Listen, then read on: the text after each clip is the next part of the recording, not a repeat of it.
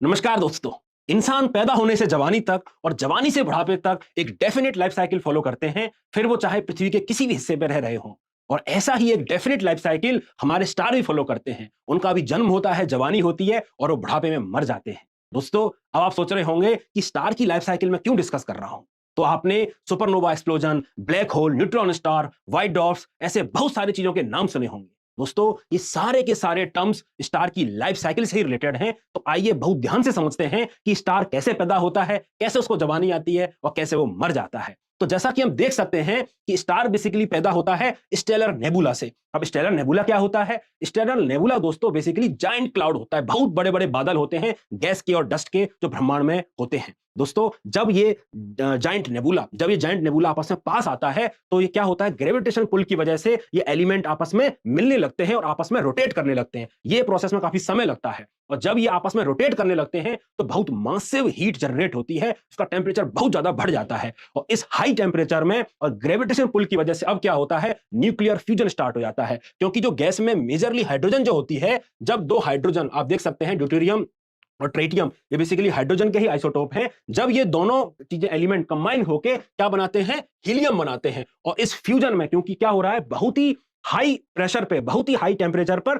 दो एलिमेंट पास आ रहे हैं और इसकी वजह से एक नया एलिमेंट बन रहा है और massive amount of energy release हो रही है। इस प्रोसेस को न्यूक्लियर फ्यूजन कहा जाता है और स्टार के कोर में ये वाली जो प्रोसेस है एक ईंधन के काम करती है, एक फ्यूल की तरह काम करती है। बिकॉज इससे क्या होता है, massive amount of radiational energy release होती है। आप देख सकते हैं कि स्टार के कोर में न्यूक्लियर फ्यूजन हो रहा है और बाहर की ओर रेडिएशन एनर्जी रिलीज हो रही है। आप देख सकते हैं चारों तरफ ये रेडिएशन एनर्जी रिलीज होती रहती है। दोस्तों, ये जो रेडिएशन एनर्जी होती है, इसी से बेसिकली स्टार का जो बाहर का ग्रेविटेशन फोर्स है वो ओवरकम होता है। आप देख सकते हैं क्योंकि स्टार के कोर में हमको पता है जाइंट बहुत ज्यादा मात्रा में जो गैस के और डस्ट के पार्टिकल होते हैं जो फ्यूज हो रहे होते हैं, तो बेसिकली ये भी तो अपना ग्रेविटी का असर दिखलाएंगे और सब कुछ अपने अंदर खींचने लगेंगे। लेकिन इस ग्रेविटी के फोर्स को ओवरकम करता है आउटवर्ड रेडिएशन प्रेशर और इसकी वजह से एक इक्विलिब्रियम मेंटेन होता है। तो इस समय हम जो सन का शेप देख रहे हैं ये मेजरली स्टैटिक शेप है। हम दिखते हैं कि सन जो हमें कल दिखता था वही आज दिख रहा है, बिकॉज ये जो इक्विलिब्रियम है ये मेंटेन है। सर का जो ग्रेविटी का प्रेशर है ये बेसिकली मेंटेन है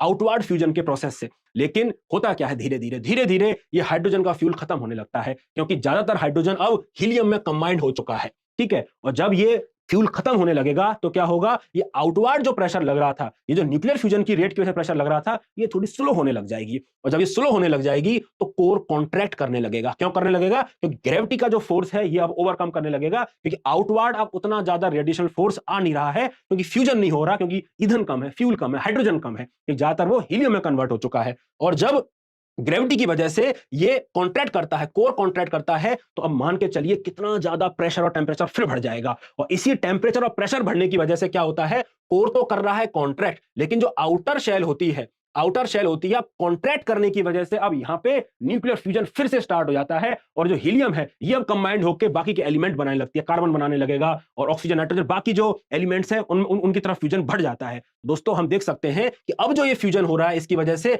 आउटवर्ड जो एनर्जी निकलेगी उससे जो आउटर लेयर है, आउटर शेल है, ये अब एक्सपेंड करने लगेगी। ये एक्सपेंड करने लगेगी और एक्सपेंड करने की वजह से ये कूल होने लगेगी। आउटर लेयर में तो गैसेज हैं, जब ये एक्सपेंड करने लगेगी तो कूल होगा तो क्या होता है, कूल होगा तो लॉन्गर वेवलेंथ एमिट होती हैं। अच्छा, अब आप सोचेंगे सर दोस्त इस कंसेप्ट को थोड़ा समझा दीजिए। दोस्तों, कोई भी बॉडी कितनी भी गर्म हो वो रेडिएशन निकालेगी। जितनी ज्यादा गर्म बॉडी उतना ज्यादा रेडिएशन, उतनी ज्यादा एनर्जी की रेडिएशन, तो जितनी ज्यादा एनर्जी मतलब उतनी कम वेवलेंथ, तो इसका मतलब एनर्जी कूल हो रही होती है तो उसमें जो हीट है वो थोड़ी कम हो जाएगी। इसका मतलब उसका वेवलेंथ बढ़ जाएगा और वेवलेंथ बढ़ेगा तो वो किधर जाएगा, वो रेड कलर की तरफ जाएगा, क्योंकि हमको पता है रेड कलर का जो वेवलेंथ है वो काफी बड़ा होता है। तो दोस्तों, इस सारी प्रोसेस में एक्चुअली हमारे पास बन जाता है रेड जायंट, क्योंकि अल्टीमेटली हो यह रहा है कि कोर जो है वो थोड़ा कोलैप्स कर रहा है, थोड़ा कॉन्ट्रैक्ट, कोलैप्स तो वर्ड सही नहीं है, कॉन्ट्रैक्ट कर रहा है और कॉन्ट्रैक्ट की वजह से न्यूक्लियर फ्यूजन बढ़ रहा है और आउटर लेयर जो है वो बाहर की ओर एक्सपेंड कर रही है। तो एक्सपेंड कर रही है इसलिए जायंट बोलते हैं, और चूंकि कूल भी कर रही है एक्सपेंशन के संग संग तो वो रेडिश अपीयर हो रही है, इसलिए उसको रेड जायंट बोलते हैं।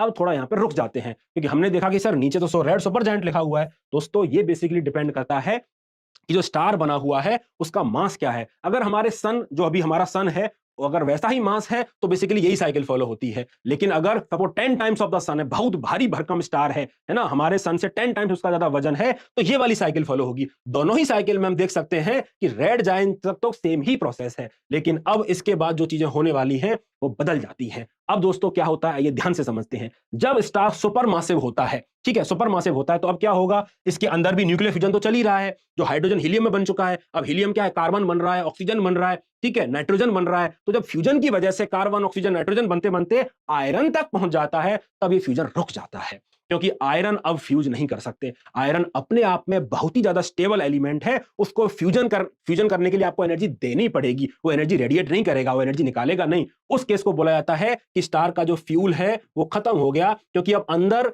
No more nuclear fusion can occur, क्योंकि अब आयरन जो है वो आपस में फ्यूज ही नहीं हो सकता। अब आयरन फ्यूज नहीं हो सकता, और आप देखिए अब क्या होगा, जो आउटवर्ड जो रेडिएशन एनर्जी है वो तो अब खत्म होने लगेगी।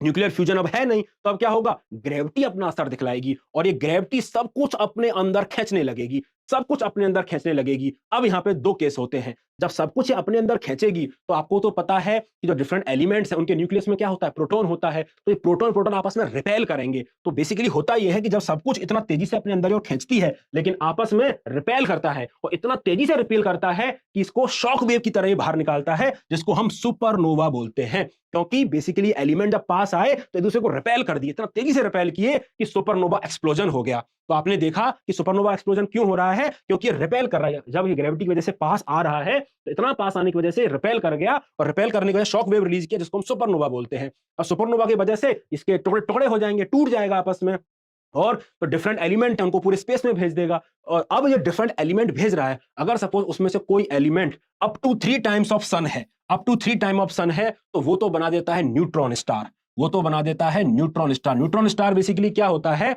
कि न्यूट्रॉन स्टार में ये जो फोर्स है, जो आउटवर्ड जो फोर्स था, इसकी वजह से जो आपस में रिपेल जो कर रहे थे, वो फोर्स ओवरकम हो जाता है ग्रेविटी के फोर्स से। क्योंकि यहां पे तो क्या हो रहा था, यहां पे तो आउटवर्ड फोर्स बहुत ज्यादा हो गया था, इसलिए शॉकवेव रिलीज हो गई। लेकिन यहां पे जब ये बराबर, क्योंकि आपने मास कम कर दिया ना जी, आपने ये मास कम कर दिया, आपने तोड़ दिया इसको, तो जब इसको तोड़ दिया तो ग्रेविटी भी थोड़ा कम हो जाएगा, और आउटवर्ड जो प्रेशर है वो भी लगभग जब इक्विलिब्रियम में आ जाएगा, तो उसको बोलेंगे न्यूट्रॉन स्टार। लेकिन अगर ये 3 टाइम्स ऑफ सन से ज्यादा बड़ा रेमिनेंट है, मतलब 3 टाइम्स ऑफ सन का मतलब हमारे सन से 3 टाइम्स बड़ा अगर रेमिनेंट बचता है, टूटने के बाद अगर ये बचता है, तो बेसिकली ग्रेविटी इसको ओवरकम कर देती है, और इतना ओवरकम करेगी कि आसपास लाइट को भी अपने अंदर खींच लेती है। तो रिपल्सिव रिपल्सिव फोर्स सारे ओवरकम हो जाते हैं, और क्या बन जाता है, ब्लैक होल बन जाता है। ब्लैक होल में दोस्तों आसपास जितनी भी लाइट होती है, मैटर होता है, वो सब कुछ कोर अपनी ओर खींच लेता है, क्योंकि इतना ज्यादा ग्रेविटेशनल पुल उसके पास होता है। न्यूक्लियर फ्यूजन तो हो ही नहीं सकता जो आउटवर्ड रिएक्शन करे, और जो इसका रिपल्सिव फोर्स था वो भी ओवरकम हो चुका है। तो आपने देखा न्यूट्रॉन स्टार और ब्लैक होल कैसे बने।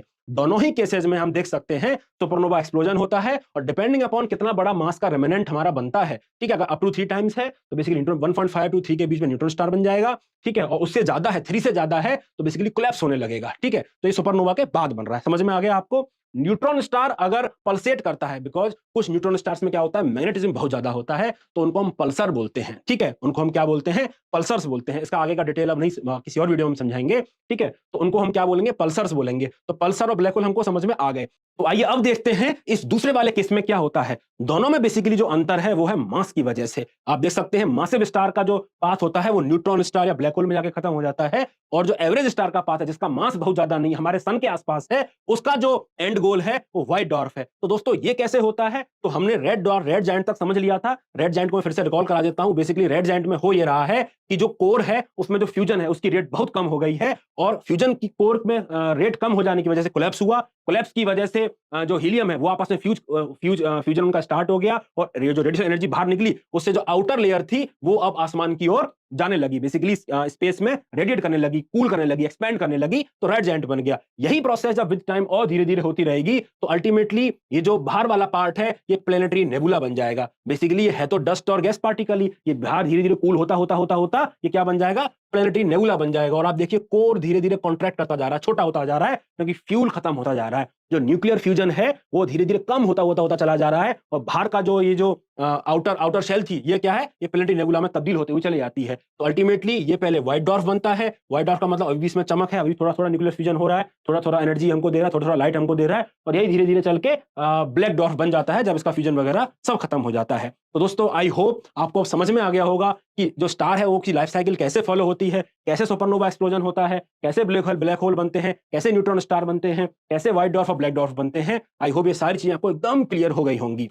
यहाँ पे खास बात यह है कि कुछ स्टार्स को सेफिड स्टार्स भी कहा जाता है, क्योंकि उनकी जो ल्यूमिनोसिटी है वो चेंज होती रहती है। ऐसा इसलिए होता है क्योंकि कई स्टार्स के एटमॉस्फेयर में इतना ज़्यादा आयोनाइजेशन हो जाता है गैस का कि जो लाइट है वो उतनी इंटेंसिटी से बाहर नहीं निकलती है और ब्लॉक होती रहती है, और इसकी वजह से उनकी जो ल्यूमिनोसिटी है वो वेरी करती रहती है, तो उसको सेफिड स्टार्स बोलते हैं। दोस्तों, इन सारी चीज़ों के ऊपर यूपीएससी ने लास्ट ईयर प्रीलिम्स में क्वेश्चन पूछा है। अब आप उस क्वेश्चन को अटेम्प्ट करिए। आई होप वो क्वेश्चन आप अटेम्प्ट कर पाएंगे, और अब कमेंट करके आप जरूर बताइए कि और कौन से टॉपिक्स पर हम वीडियो बना सकते हैं आपके लिए। तब तक के लिए बाय बाय, टेक केयर।